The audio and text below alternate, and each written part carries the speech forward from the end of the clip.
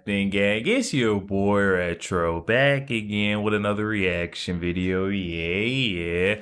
Today we got another huge update. You guys can probably already tell that it is going down. Just by that title alone, you guys are definitely gonna want to check this one out. So we got yet another devastating backfire coming for that corrupt New York Attorney General Letitia James, as she just destroyed her defense by accidentally admitting guilt to her crimes in this one, guys. And I'm excited to get into it. So we're not straight into it. All I ask that you guys please hit that like button, hit that subscribe button, and without further ado, hop straight into it, folks. Check this one out. Payments to the state of New York and to states all across this nation. It is unacceptable, unconstitutional, ultra-vires. They have exceeded their authority. And so it's important that attorneys general representing our respective states stand up and enforce the rule of law. Because Elon Musk, individuals at the Treasury, and the President of these United States is not above the law. And we will continue. You know, as attorneys general, we've been preparing for this. This is not the outcome that we wanted. Alright, you all, so as you can see from that first clip, it looks like Letitia James is scrambling, searching for anyone to blame at this point so she can get herself off the hook, but it's not going to work. Coming right on the heels of that speech, we got the lead man, Sam E. Antar, that independent fraud investigator, saying new evidence, Letitia James just detonated her own defense, and this time we have a full transcript to prove it. Oh my goodness, talk about another bombshell. It says at her May 20th power breakfast, James publicly claimed her sworn power of attorney was never used to get a mortgage. This was actually reported on before, but now we have the full 47-minute transcript. And buried inside the Q&A section is a denial that contradicts her own emails, legal filings, and the deed itself. Wow, excited to get in this one. Let's hop over to white collar fraud. We got the quote that changes everything in response to a question about the federal investigation into her conduct. James made a denial that contradicts the fundamental evidence against her, stating that the investigation into me is nothing more than retribution. It's baseless. This investigation into me is nothing more than retribution. It's baseless. It has to do with the fact that on a power of attorney, I mistakenly indicated that I was a state of Virginia, but prior to that, I had indicated to the mortgage broker that, in fact, in bold cap letters, that I am not a resident of Virginia and never will be. And in the mortgage application, I indicated that I would not live in Virginia and I was not a resident. They just took the power of attorney and they're using that as a basis for enforcement for their investigation, when in reality, power of attorney was never used to determine my eligibility for a mortgage for my niece for a home in the state of Virginia. My niece who has children, and because I am a bid on. Letitia James says the allegations against her are nothing more than a revenge tour by the Trump administration. What's your response? My response is that Letitia James is one of the most corrupt, shameless individuals ever to hold public office. She's guilty not only of those crimes, but of countless more crimes by using and abusing her public office to try to persecute an innocent man, depriving him of his rights, engaging in a conspiracy to obstruct our election, and to overthrow our democratic processes and procedures. She is guilty of multiple significant serial criminal violations. Okay, so now we're popping back over to Sam E. Antar's article on white collar fraud, with James stating that it has something to do with the fact that on the power of attorney, I mistakenly indicated that I was a resident of the state of Virginia, but prior to that, I had indicated to the mortgage broker that in fact, in bold cap letters, that I am not a resident of Virginia and never will be. The power of attorney was never used to determine my eligibility for a mortgage.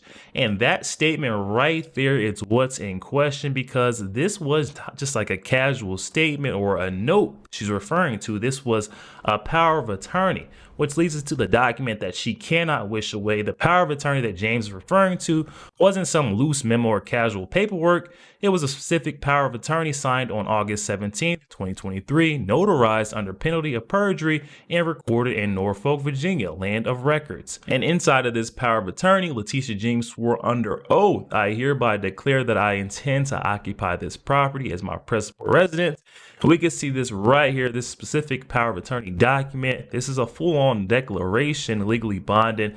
Letitia James, to her statement hereby declaring that she intended to occupy that residence as her principal residence. This was not boilerplate language. It was a legal declaration that actually became part of the official loan file and was also essential for qualifying for federally backed mortgage terms reserved for owner-occupied property. So Letitia James is saying that she made some simple mistake, but she benefited greatly from it. That's where we draw in the concern and the questions behind it. So why does this matter? Why her denial is not holding up? James now claims the power of attorney was never used to determine her eligibility. This assertion is flatly contradicted by multiple sources of evidence. So we got those mortgage requirements, and that deed of trust that James signed contained explicit language requiring both borrowers to occupy the property as their principal residence within 60 days of closing. Under the joint tenancy structure, James chose this requirement applied to both her and her niece, no exceptions. And then we also have Fannie Mae underwriting standards, and this is for loans that are above 80% loan to value ratio with joint ownership. Fannie Mae requires all owners to certify that they will occupy the property as their primary residence, and James' loan was a 91% loan to value ratio, well above that threshold for the Fannie Mae underwriting standard. So she had to declare this, or she had to occupy this property as her primary residence, and we all know that she could not have done that. And then last, we have the power of attorney purpose. The power of attorney wasn't incidental paperwork. It was legally required because James was absent from closing and still needed to provide written confirmation of her residency intent. The lender required this specific declaration before funding the loan. So looks like Letitia James is all the way in left field, in the wrong is two left shoes. But yeah, she keeps saying she made a silly mistake. So what we got so far in this article is Letitia James definitely didn't make a simple mistake. This is huge, and now let's get into why it actually matters. The legal stakes of it all. We got false declarations of primary residence to obtain favorable mortgage terms constitute mortgage fraud under 18 U.S.C. 1014. The April 14, 2025 FHFA criminal referral to the DOJ specifically cites this power of attorney as evidence of fraudulent conduct.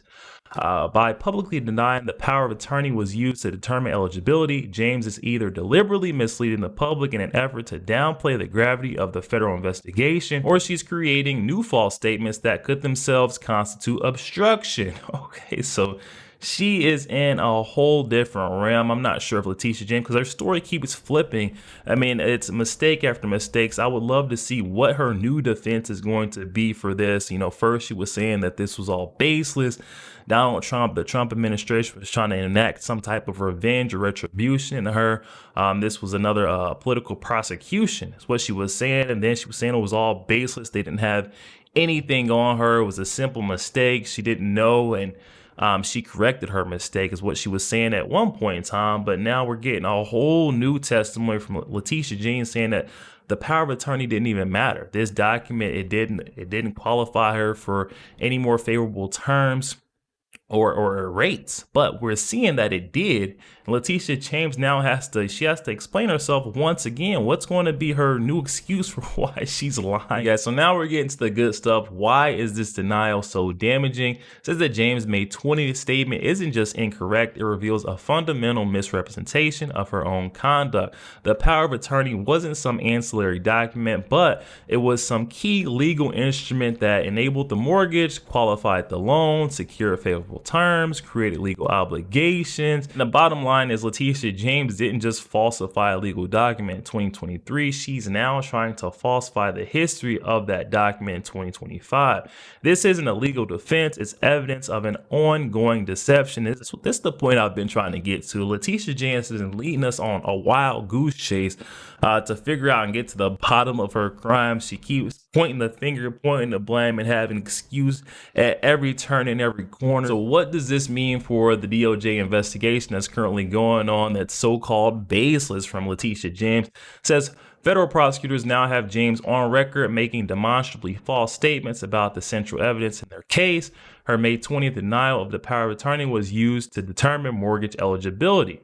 factually incorrect based on the mortgage documents and federal guidelines, contradicted by her own emails from the transaction period, inconsistent with the loan requirements that made the power of attorney necessary, potentially obstructive of the ongoing federal investigation. And lastly, this was made in her own official capacity as the New York State Attorney General. And this also strengthens the federal RICO case that we just spoke on yesterday. So it looks like Letitia James is in some deep doo-doo is all I'll say. The cardinal rule for when you're under federal investigation is typically to just shut up.